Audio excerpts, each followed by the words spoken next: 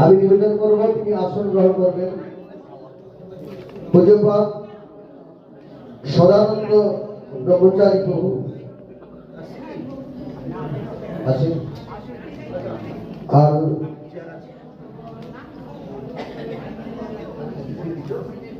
আর আমাদের মহারাজ আসন গ্রহণ করেছেন পূজ্যপাদ ভক্তি লক্ষ্মী নারায়ণ গোস্বামী মহারাজ, ভক্তি কমল ঋষিকেশ গোস্বামী মহারাজ, তারপরে আমি মাধব মহারাজ, আশ্রম মহারাজ, বৈষ্ণব মহারাজ নিবেদন করব।